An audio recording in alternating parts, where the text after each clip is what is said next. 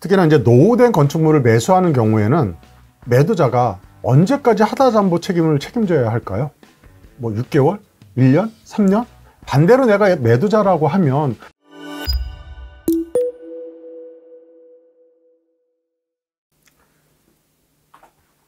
안녕하세요. 네오비에서 주택, 아파트, 건물 실전 중개 강의를 맡고 있는 서윤석 공인중개사입니다.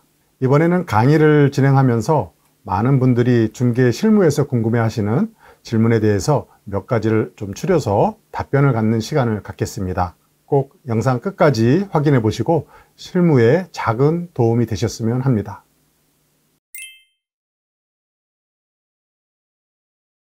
뭐 남성 중개사, 여성 중개사, 마케팅 측면에서는 다 각자의 차별화를 좀 만들어야겠죠. 모든 중개사가 똑같은 그 중개업을 하고 있다라고 하면 누군가는 차별화를 둬야 되는 부분이 당연히 필요합니다. 뭐 굳이 남성이라 여성이라 이렇게 표현할 필요는 없지만 나만의 차별화를 줄 수 있는 방법을 좀 찾아주면 좋을 것 같습니다. 뭐 저도 남성이지만 아파트 단지에서 중개를 좀 오래 하고 있지만 조금 차별화 줄 수 있는 부분들을 제가 실전에서 경험했던 거를 몇 가지 좀 설명을 드리면요. 기본적인 차별화를 두기 위해서는 우리가 전문가다운 기본 지식을 좀 쌓아야 되는 부분입니다. 그리고 기본 지식을 쌓은 다음에는 고객한테 구두상 브리핑하는 습관보다는 어떠한 브리핑 자료를 만들어서 자료화 시켜서 고객 상담할 때 그 자료를 제시하면서 설명해주면 조금 더 말로써 상담하는 중개사보다는 차별화될 수 있는 부분으로 갈 수 있다는 부분이 첫 번째고요. 두 번째로서 주거용 부동산 계약서 작성을 했을 때 우리 새로 오시는 분들, 내 지역에, 내 아파트 단지에 새로 오시는 고객들은 주변에 대해서 너무 모르시는 부분들이 많아요. 그런 부분의 사소한 부분을 해결하기 위해서 누군가한테 물어봐야 되는데 물어볼 수 있는 사람이 중개 거래를 해주신 공인중개사분한테 많이 물어보게 되는데요. 예를 들어서 이제 기본적으로 내부 시설물을 처음 겪어서 사용하시는 분들은 모르잖아요. 또 어떠한 소모품이 있는지도 모르고. 그래서 우리 공인중개사분이 기본적으로 그 집에 대한 내부 시설물이라든가 소모품이라든가 어떠한 것이 있는지를 좀 잘 숙지하고 있고 거기에 대해서 민원이 발생됐을 때 어떻게 응대를 하는지를 설명을 해주면 그 고객은 상당히 저한테 신뢰를 쌓아갈 수 있는 부분이 생기지 않을까 생각이 들어가고요. 그 다음에 세 번째로는 주거생활과 밀접한 업체를 사전에 협업을 좀 두시는 좋을 것 같아요. 예를 들어서 뭐 인테리어, 이사, 청소업체, 각종 보수업체, 뭐 주변 병의원, 문화시설 이런 부분에 대해서 내가 좀 주변 환경 분석을 좀 잘 하고 있으면 고객이 답답할 때 전화하시겠죠. 그때 내가 어드바이스 해주면 고객은 저한테 굉장히 오랫동안 신뢰를 갖고 주변 손님을 소개시켜주는 경우도 많이 보았습니다. 그래서 차별화를 둔다는 방법은 여러 가지가 있는데 그중에 제가 몇 가지 좀 설명드렸고요. 나름대로 그 지역에서 차별화 둘 수 있는 거를 각자가 좀 노력해 보시면 더 좋을 것 같습니다. 이 구축주택을 거래하면서 하자담보 관련해 가지고 논쟁이 되는 경우가 상당히 많은 걸로 알고 있습니다. 그래서 하자담보 책임이라는 부분은 사실은 너무 과혹하게 들릴 수 있는 부분도 있고요. 이거를 어떻게 중개사가 현명하게 계약서 작성하느냐에 따라서 부드럽게 넘어가는 경우가 있는데 일반적으로 이제 그 법적으로 하자담보 책임이라는 내용을 좀 들어가서 보면은요, 시공사와 건축주 간의 분쟁을 말한다고 보시면 될 것 같아요. 건축 공사 후에 건축 자재별로 시설별로 정해진 하자담보 책임 기간이 있는데 그 기간 안에 발생했을 경우에 시공사의 책임이 따른다고 보시면 됩니다. 특히나 이제 공동주택의 경우에는 통상 2년, 3년, 5년 이렇게 나누는데 이런 기간이 지났다라고 하면 하자담보 책임을 묻기가 어려운 경우가 많아요. 그런데 우리가 이제 개인 간 거래는 뭐 시공사 건축주가 아니고 매도자와 매수자의 관계이다 보니까 그런 하자담보 책임에 대해서 특별히 법으로 정해져 있는 부분은 없어요. 우리가 개인 간의 거래에 있어서 하자담보 책임을 묻기가 그래서 더 어렵습니다. 특히나 이제 노후된 건축물을 매수하는 경우에는 매도자가 언제까지 하자담보 책임을 책임져야 할까요? 뭐 6개월? 1년? 3년? 반대로 내가 매도자라고 하면 그런 하자담보 책임을 기간을 정해서 내가 책임을 진다라고 특이하게 쓴다라고 하면 매매 안 할 것 같아요.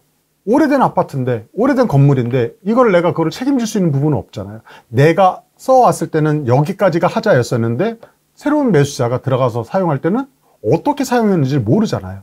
근데 그거를 내가 다 책임진다? 그거는 저 입장에서는 매매를 안 할 것 같습니다.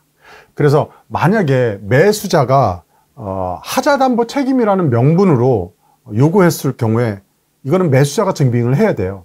과연 내가 어떤 식으로 과거부터가 하자가 있었는지를 증빙할 수 있을까요?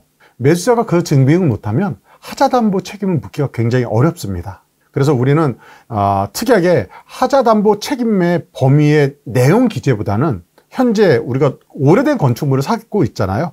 그래서 노후된 상태의 건축물을 거래함에 있어서 사진이나 체크리스트를 작성, 현재 상태를 좀 더 확인하는 방법을 좀 갖고 계약서를 작성을 해야 되고요. 그 다음에 향후 건축물과 시설물의 감가로 인해 가지고 분명히 하자가 나타날 수가 있어요. 그래서 그에 따른 보수를 해야 될 부분이 나타날 거고, 그래서 이런 부분에 있어서 현재 매매 대금은 이런 거를 감안해서 서로가 합의된 금액으로 가격을 조정한 금액이다라고 특약사항에다 기입을 해주면 나중에 분쟁의 소지를 줄일 수 있는 방법이라고 생각됩니다. 제가 과거에 오래된 건물을 매매할 때 그렇게 했었는데 나중에 문제없이 잘 해결됐었던 부분이기도 합니다.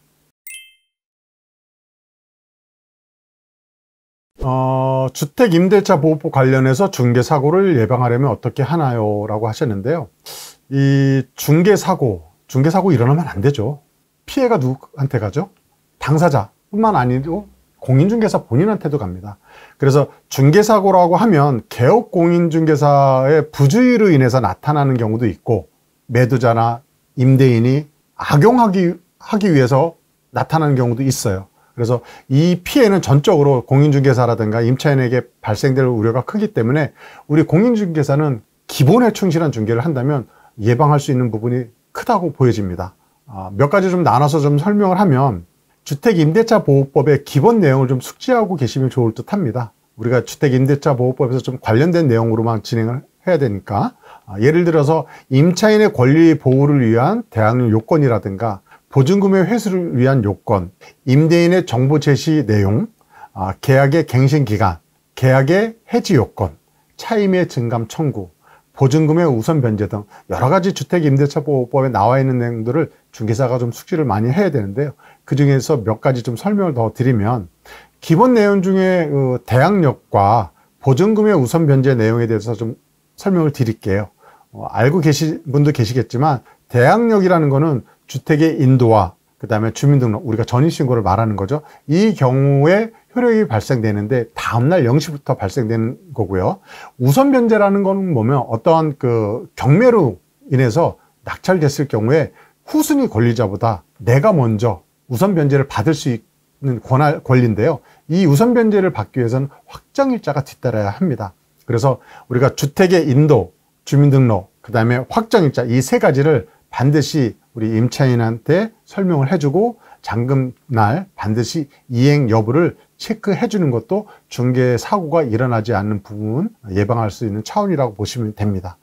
그 다음에 우리가 이제 그 임대인의 정보 제시 의무라는 부분이 있죠. 우리가 서면 계약서 작성 전에 반드시 임대인한테 이러한 서류를 좀 갖고 오게끔 하셔가지고 서면 계약서 작성하면서 우리가 자녀 계약금을 지급하잖아요. 그 계약금 지급하기 전에 이 서면 내용을 가지고 이 계약을 해야 되는지 말아야 되는지 판단의 근거 자료가 될 수 있습니다. 만약에 국세, 지방세 밀린 부분이 많이 나타난다던가 선순위 임차인들이 너무 과하게 많아서 신규 임차인이 보증금 보장받기에 어려움이 따를 수 있다는 판단, 매매 시세 판단을 해서 아니다 싶으면 우리는 계약을 차라리 안 하는 게 낫거든요. 이 부분은 우리가 중개 사고의 가장 기본적인 사항으로 예방할 수 있는 차원입니다.